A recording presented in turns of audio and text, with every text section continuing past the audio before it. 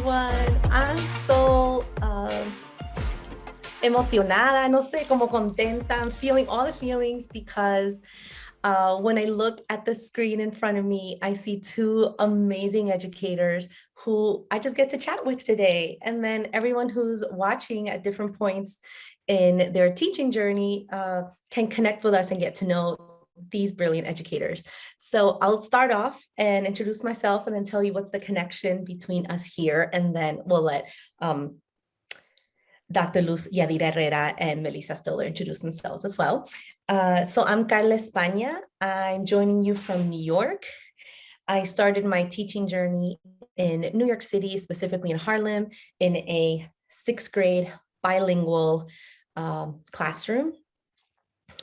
Went into teacher education. I did some workshops in literacy world. And now I'm back after having left the world of academia and higher ed, and I'm a middle grade teacher and a dean for grades 7 and 8 at an independent school in New York. So it's kind of like my life has gone to different places and I'm back to where I started in terms of that grade and that range that I'm working with. The other two brilliant educators I have here with me that you see on the screen, actually, I've met both of you during the same time in my life. So when I was transitioning from being a sixth grade teacher and had all these questions about what's the best way to support bilingual, multilingual children, and I went with my questions to the Graduate Center to get my PhD, I was taking courses, and that's where I met Luz Yadira Herrera. Okay. And we got to connect there. We were all like, you know, running from our schools to class and trying to be these full-time teachers and then also in a PhD program. And when I left the classroom, I did some literacy consulting work and I ended up in Melissa's school. Mm-hmm. And that's how we're connected. And I would plan with Melissa. I would speak to Melissa's students. I would hang out with them over lunch in that little lunchroom in your school, old school. I remember. They would teach me all these words that were like from the Dominican Republic. My Spanish grew because I taught a lot of Dominican students, and then I visited Melissa's classroom and I was like, well, there's a lot more words I need to learn. Melissa taught me some Peruvian Spanish words. It was great. And we've connected throughout the years, and you all gone to your own different places to affect change in your communities. So why don't we have Doctora Luz Yadira Herrera tell us a little bit about where you're at now, what are you up to, and then we can get started after Melissa introduces herself too. Yeah, well, thank you so much. I'm so happy to be here and you have this conversation with you all today. So my name is Luz Yadira Herrera, and I am an assistant professor of bilingual education at California State University, Channel Islands. Like Carla, I also began my teaching career in New York City public schools. I was an ESL teacher for grades kindergarten through sixth grade.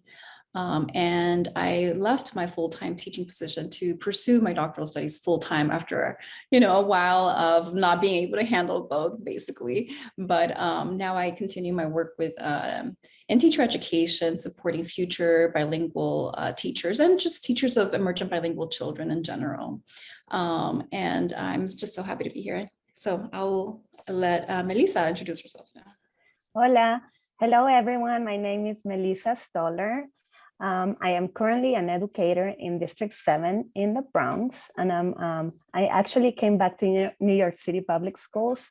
I started my career in New York City Public Schools as an ESL 6th, 7th, and 8th grade teacher in a standalone ENL program in an amazing school in Washington Heights with an amazing principal, Christy de la Cruz, who actually like Carla, I still get connected with her every day.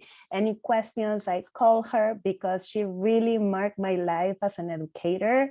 And I hope that today I can share many things that she did to help me grow and keep that passion and drive moving only forward, right? Because as you know, we encounter many challenges in our journey. However, we always have people around us who are there to lean on, to talk to, and to just keep moving forward and get better at what we love to do. So I can't wait to start talking to you all and sharing all these wonderful experiences and challenges that we are facing, and that we together can share how we can best find solutions. Yay, Melissa. And shout out to all the administrators watching this, listening to this, who create the spaces for the other leaders in your midst to shine, right? Because that's a key role, a key figure in Melissa's life that really set you up with that kind of mentorship and leadership example for you to get on that track as well, right? So I'm so thankful for that. So why don't we get started? I thought we should start because now that people have a sense of where we began in our teacher journey and where we are now, it'd be great to share what grounds our work that we're doing now. So we think about that question, like what grounds our work, or if we had to name our approach to maybe, Luz, you're with pre-service teachers in your program in teacher ed. Melissa, you're doing so much work with teachers across the whole district that you are in the Bronx. And thinking about the work I'm doing within a school, what grounds our approach? ¿Quién va primero? Vamos, Luz.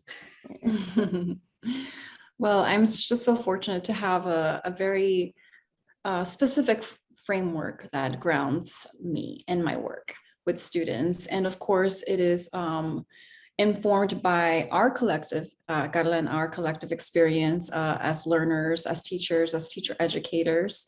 And in our book, En Comunidad, we talk about this. And we called this critical bilingual literacies framework, which is characterized by 4 guiding principles, right? Which we talk about all the time in our work with teachers and in webinars, et cetera. And of course, it grounds my teacher education approach. So, and I just want to share just really briefly the 4 guiding principles. So first is this constant self-reflection on our language ideologies, right? Thinking about what are the things, what do we think about language? How did those thoughts, right? Those ideas get there. Second, we have to practice a pedagogy of unlearning. How do we unlearn notions of linguistic supremacy that uphold these racialized language hierarchies? The third principle is to analyze and this intersection, engage in an analysis of this intersection between linguistic practices, literacies, and power. And finally, to celebrate our students' bilingual language literacy. So how do we celebrate their translanguaging? How do we create spaces in the curriculum for intentional translanguaging spaces? And so those are the 4 guiding principles that constantly guide my teacher education approach, which is of course informed by our research and our teaching and our just experiences overall. And if I could just ask a follow-up for that one, is there a particular, because you know how everyone, when we listen to these podcasts or we watch them, we're always like writing down what's the next book we want to read or series we want to watch. Yeah. Is there lately a reading or a series or some kind of text that your students love to bring up when you talk about one or more of those principles, like the unlearning of this very racialized language hierarchy, or reflecting on their own ideas about language? Is there something that's coming up a lot in your classes that your pre-service teachers are like, oh, have you seen this series? Have you read this book? I'm always like, what are people talking about? I want to be in the know. Go ahead. Let's see what has come up. Well, of course, we use children's literature a lot to think about how authors are intentionally disrupting, right? Some sort of just traditional language practices or literacy practices in writing, right? That only stick to perhaps one language feature. But we like to study the ways that authors are using dynamic language, right, in their writing. And of course, I bring a lot of these books to my students, like Mi Papi Has a Motorcycle by Isabel Quintero. And of course, one of the things that my students mentioned, which kind of was as a result of our conversations of translanguaging, was this new show on Hulu called Reservation Dogs, right? And it features Native American communities, Indigenous communities, and actually today is Indigenous Peoples Day at the time of this recording. So happy Indigenous Peoples Day. So that's one of the things that the students brought up because they noticed some of the things, the themes that we've been talking about in class in terms of language disruption and how this show has created this space for people to feature this Creek language. And so that was pretty cool. Thanks. Melissa, what about you? What's grounding your work in this new position, this new role across district that you are in right now? I think my work is grounded in representation, right? I love the frameworks that you and Yadira have worked in Comunidad, and I'm all in. I think for me, I want to be that voice that sometimes we do not hear, right? The voice of children, the voice of teachers, the voice of parents, the voice of guardians, the voice of paraprofessionals in the schools, the voice of the security guards or the greeters in the schools, the secretaries. We all play such an important role in our schools, in our communities, and we all have always something that we want to offer. And sometimes we don't see it, but if we open that door to invite people to share with us how they want to help us, help our children, and provide them with that nurturing environment that they deserve, then we discover that we have so many people around us that are looking forward to learn more how they can throughout the day help the children in our schools that come every day because they want to be there to continue learning and to continue be seen and heard. Yes, and same question for you, Melissa. Is there a text that a paraprofessional or any other staff in one of your schools that you've been collaborating with that they've shared with you and they're like, oh, was it a book or a movie or a poem or anything that they shared with you that you were like, yes, I'm so glad that's connected with you? Yeah, so I think that there are many books, right? One of the books that actually children's literature, the book Alma, Alma tells the story of her name. It's such a powerful book because throughout that book and her story of how she got her name, you get to know many people in her family who define who she is, right? And that brings the history of her life and brings it to the present moment. So by establishing those conversations and those connections with people, then you really get to start to know people, not from the surface, right? But down deep in the roots of who we really are and what we bring here to you today. So children's literature was something that really stuck with the community that I work with in the past because they love to read to children, they love to bring their stories, they love to listen to their stories, and they love to learn about their family stories. So what a beautiful way to connect with everybody, right? And Alma is so rhythmic when you read it, right? ¿Cuál es el nombre? It's like Alma, José, Esperanza, Sofía, Pura Candela, algo así. I mixed some very order. long. But I'm trying to get all the names. I know it's like Alma, José, Sofía, Esperanza, Pura Candela. But yeah, it's very rhythmic when you read it. At least I would make it. It was like a song every time I read it. But yeah, name stories are really a common way as an entry point to talk with staff I'm thinking about like in the positions of talking about curriculum and text selection, which I think leads into me trying to respond to this question. And I think about the framework that's grounding me in my lesson planning, because now there's a lot of lesson planning that I'm doing for 7th and 8th grade. And lesson planning that I'm doing along with Luz in schools that we're partnering with and workshops with teachers. And we keep using our 3 T's approach, which is thinking about texts that are culturally and linguistically sustaining. That has been a game changer for us, meaning that we are going to be very intentional and explicit, because everyone makes decisions when you pick a text. You're making a decision about what you're highlighting, what you're not, right? We're going to be intentional selecting texts, kind of connected with what you said, Melissa, in terms of representation, and also in terms of, especially in my case, where students might not be aware of certain experiences, I'm going to be intentional in selecting texts for them to learn about those experiences, right? Nod to Dr. Rudine Sims Bishop's books as windows, mirrors, and sliding glass doors, right? So we're giving where children can see themselves, but some children need to kind of step out and see other experiences. So that's key for me. The other is topics. So I've been thinking about, I don't know if any of you are listening or watching and you're in schools where you're planning curriculum around books or textbooks, and you follow, like, maybe it's a unit of study that you get, that's like you're following these units, or you're teaching a book. But that's what I walked into. And so my school is planning around the English department and language arts plans around books that they're reading in middle school. And I had wonderful conversations and planning with my colleagues, so we can kind of zoom out and say, what are the themes across these books? What's missing? What can we add? And that's the second key part of this 3Ts approach, right? So we're thinking, what's culturally and linguistically sustaining text that we can select? What are the themes or topics that are helping us bring this together? And the third one is translanguaging.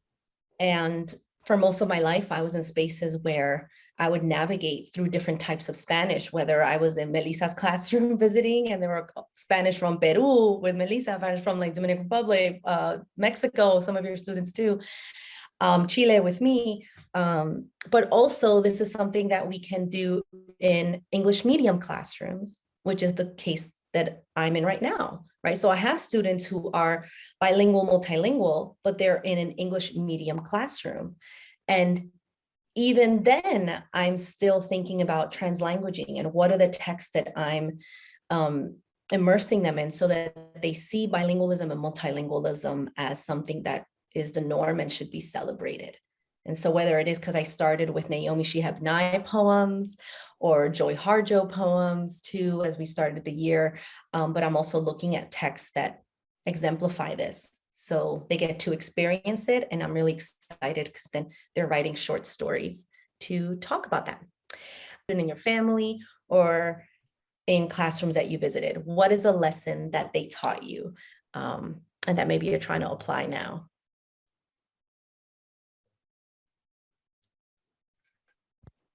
I can share something from the school perspective and also from my home.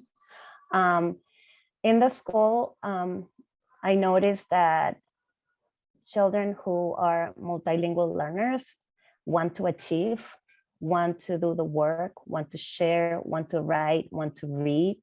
And so something that I keep having in mind is that as we start working in new places, or we start a new year with new students, it's so vital to really get to know who are our children in the classroom and to really learn where do they come from, right? How was their life for the past year and a half that we just had?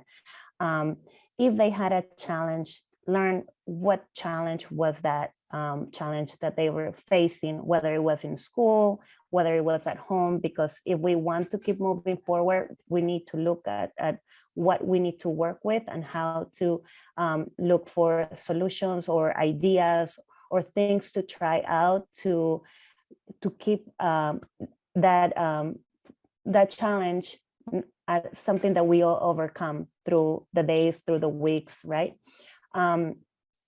To bring maybe someone that speaks the same language as the students in our classroom, especially in lower grades, is so crucial.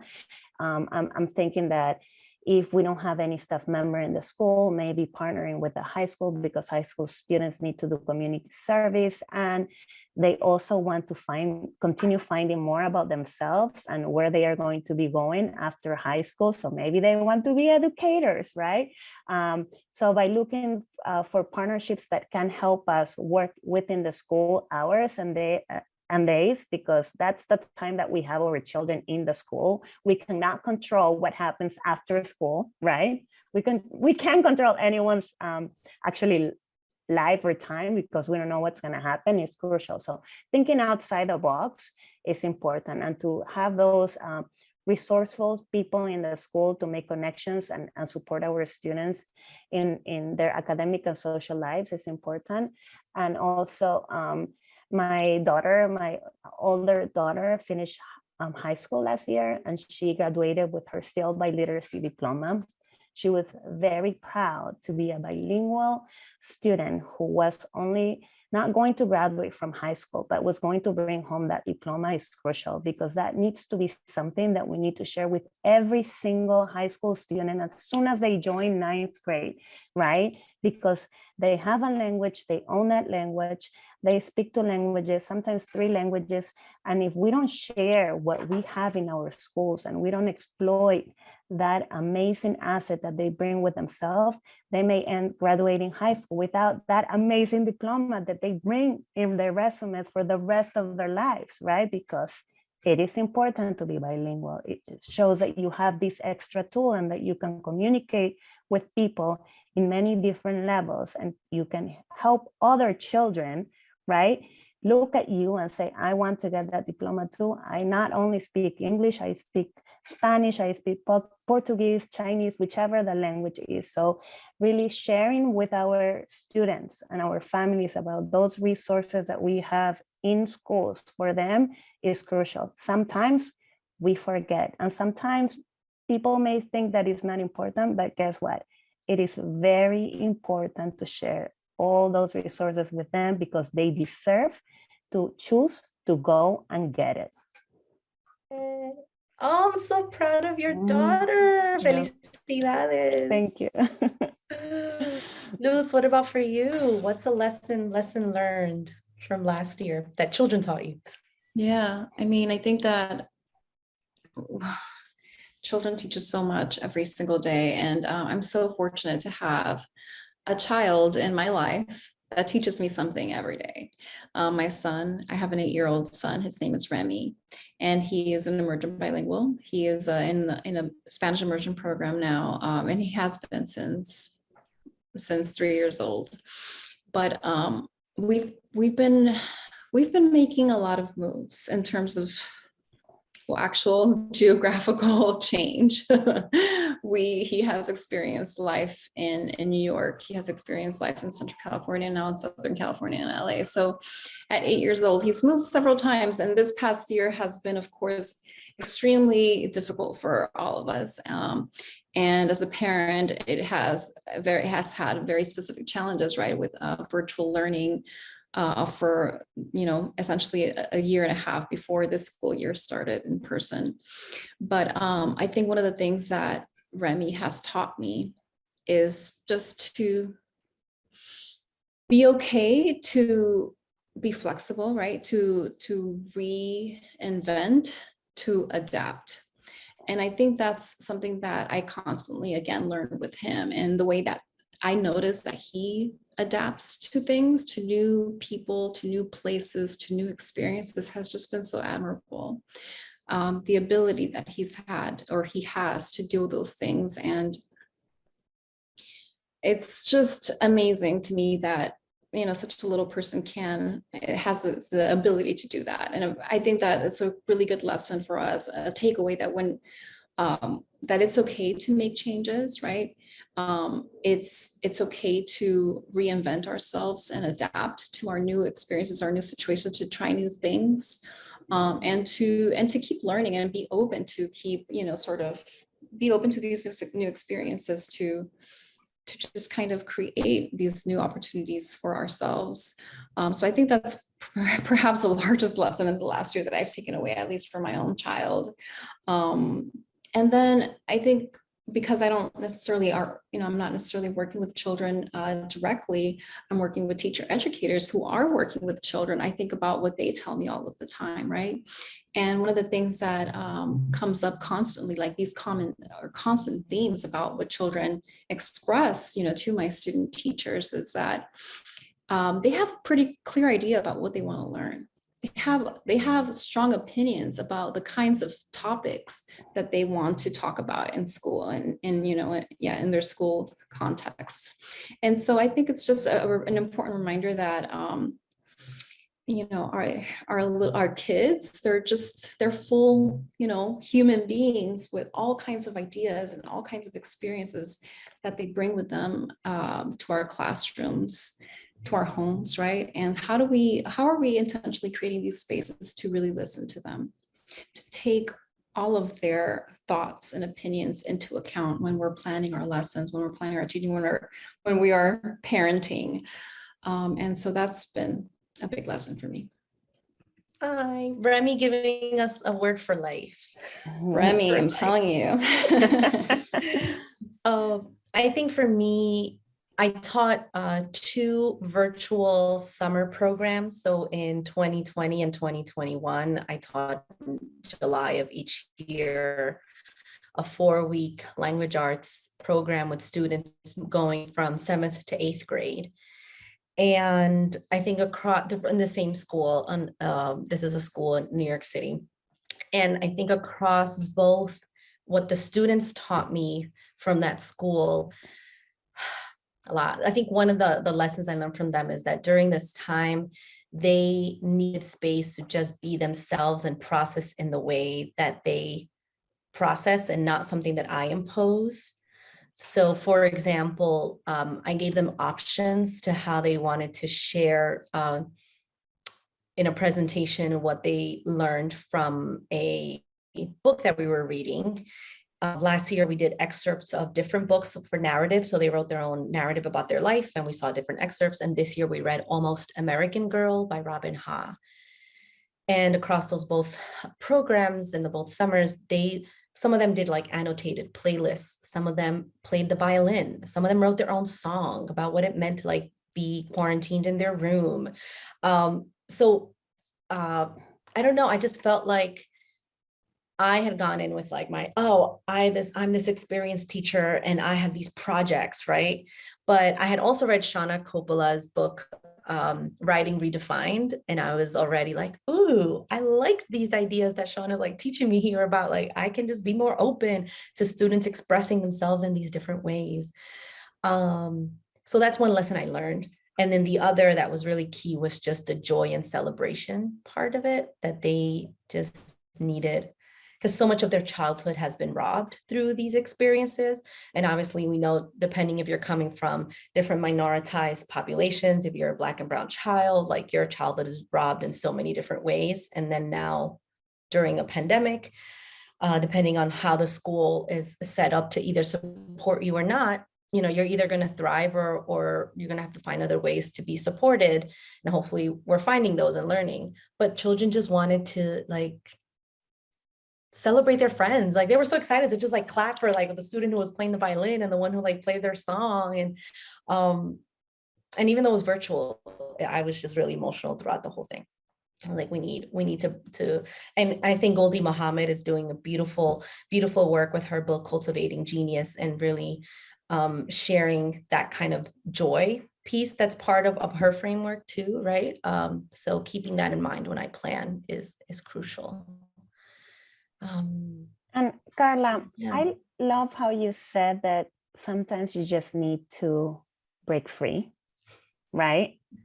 That's something that we all need to learn and to understand that it is okay, because through those moments in where students actually open up, right, to share something that is so intimate to them with not only you, but everybody in the class, those are the moments that you don't stop them from talking. Or you don't stop what you're doing because someone is going to open the door and they are going to see that you're not doing what you're supposed to be doing today at 10:30 a.m., right? Those are actually the moments that create those memories to our students to see and want to continue doing the work that they are doing, because not everything has to be planned and rigid and quadriculated, right?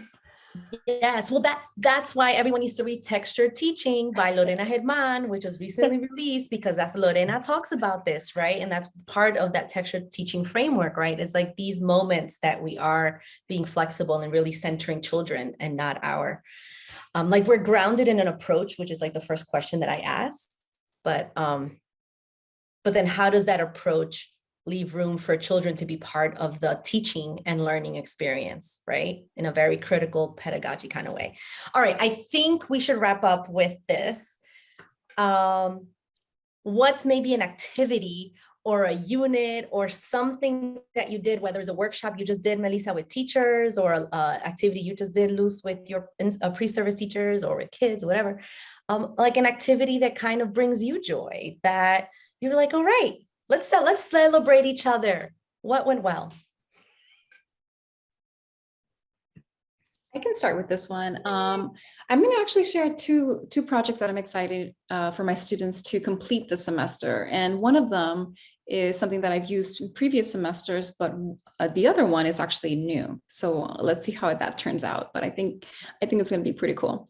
So the first one is all of my students are going to choose a topic. So they're kind of using the 3Ts framework to build a curated children's literature collection, right? So they're going to pick between 5 and 10 books organized around this topic, books that are culturally and linguistically sustaining, and they're creating some sort of a guide, right? So they're telling us what the books are that they chose under this one topic, thinking about some guiding questions, right, that can guide educators and students or just readers through these texts.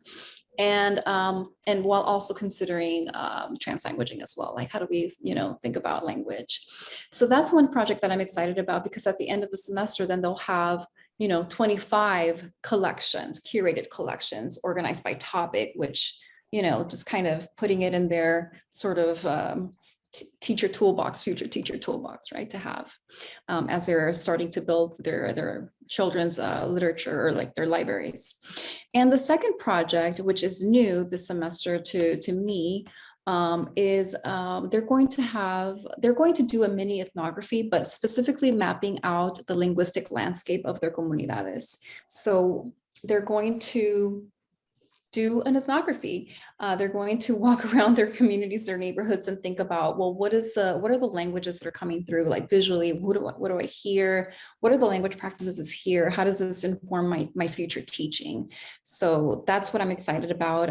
And so we're actually going to talk about it this week, and then we're going to get started with that. Yeah, so I'm excited about that. I have a linguistic landscape PowerPoint or some slides that I did from Elisa's class when I visited you. Because I think your students did, right? I went and showed them, like, and I walked in a neighborhood in the Bronx where I lived. I love it. Time, and then I showed them pictures of the signs in different languages for whether it was like places of worship or businesses for food. It was great. That's amazing. Yes, exactly. So I want to show them an example of like my own neighborhood and see, kind of just to show what it could look like. But yeah, I'm excited about that. Yay. I'd love to see it. So yeah, I'm sure I'm going to send you the Bronx one. Awesome. I love for the Bronx always. Melissa, what about you? What are you excited? So currently in the school that I'm working, we are reviewing our curriculum. We are unpacking the standards. We're looking at really which mentor texts are we using and how they are connected to our students in our community. And it's a work that is being done in collaboration with the principal, the assistant principal, the teachers in the school, the coaches. And what I love about the work is that my principal right now, Miss Cook, she stops everything. Like if someone that doesn't feel okay about something, she is like, well, let's stop. Let's see. If we need to go backwards, let's go back. Let's revisit what we spoke about, and let's make sure that we are all clear, and then we can keep moving forward. Because the curriculum work that needs to be done is not easy. It's very complex, right? We all know that. And to really do the work the way we need to do it, to pay attention to our present moment and our students this school year, right, needs time. So she's actually providing that time for educators to meet, to discuss, to look at text, to look at the libraries in our schools, in our classroom, and really look at students' choice, right? What the students want to read, what are the topics that they are passionate about, and also providing that time for teachers to collaborate and talk to each other and plan together. That's something that sometimes we forget in our schedule, in our very busy schedule for teachers. And it's something that we need to remind ourselves. If we don't give teachers the time to work together, to collaborate, to talk about students, and not in a bad way, but to really embrace their strength and continue building on their strength, is crucial for the success of our school community, right? Because it affects everybody. So I'm very excited for the work, and I'm very, very happy that my principal has that vision and nothing stops her. And I'm so happy you said that, Melissa, because we have to consider not just the como las iniciativas que nos animan, right? So we sometimes get so excited because there's these like, oh, we got this book club going, or there's this initiative, or we have this curriculum committee and we're reviewing the curriculum. You're like, yes, change is happening. But in order for that change to happen, there needs to be systems set up so it's sustainable. And that's a lot in the administration's hands to say what needs to change in our schedules, what needs to happen so that this is sustainable work for everyone who's involved. So teachers do have the time to process. We're asking for a major curriculum change, or we're adopting this new book or this new teaching method. Like, when do we have time to even learn this process, apply it? And then even to go back to what Luz shared in the beginning as one of the principles in the critical bilingual literacies framework that we talk about in our book, is this process of unlearning and always being aware of this like self-reflection on my ideas about learning and language learning. When is that reflection happening? Like, I always tell grad students and teacher ed programs, I'm like, oh, when I teach them and I'm in class, I'm like, oh, we have 4 months together. We have a semester, or we have a summer. And like, that's such a privilege to have this time to process together. That's not the case sometimes when you're in schools. It's like, we got to go fast, fast, fast. So yes, again, thank you to the admin who's dealing with those scheduling questions and that challenge, and meeting that challenge head on to say, we are going to create systems so to make it sustainable for teachers to do this work. Thank you. I will say that I'm excited, a project coming up with my 8th graders. I'm excited for, it stemmed from a mistake that we made in our planning. So in full transparency, we were like, we have a new 8-day schedule. Let's make every day 7 or 8. That's our long block day. You know, middle school schedules are, oh my goodness. For those of you listening, my eyes just went real big, like emoji eyes. We thought we were being very crafty in our planning, and it just didn't work, because every 7 or every 8 days in the schedule meant more than a week would go by based on whatever happened in the school life. And we just didn't have traction with the poems that we were reading. Specifically, we started our Brown Girl Dreaming by Jacqueline Woodson.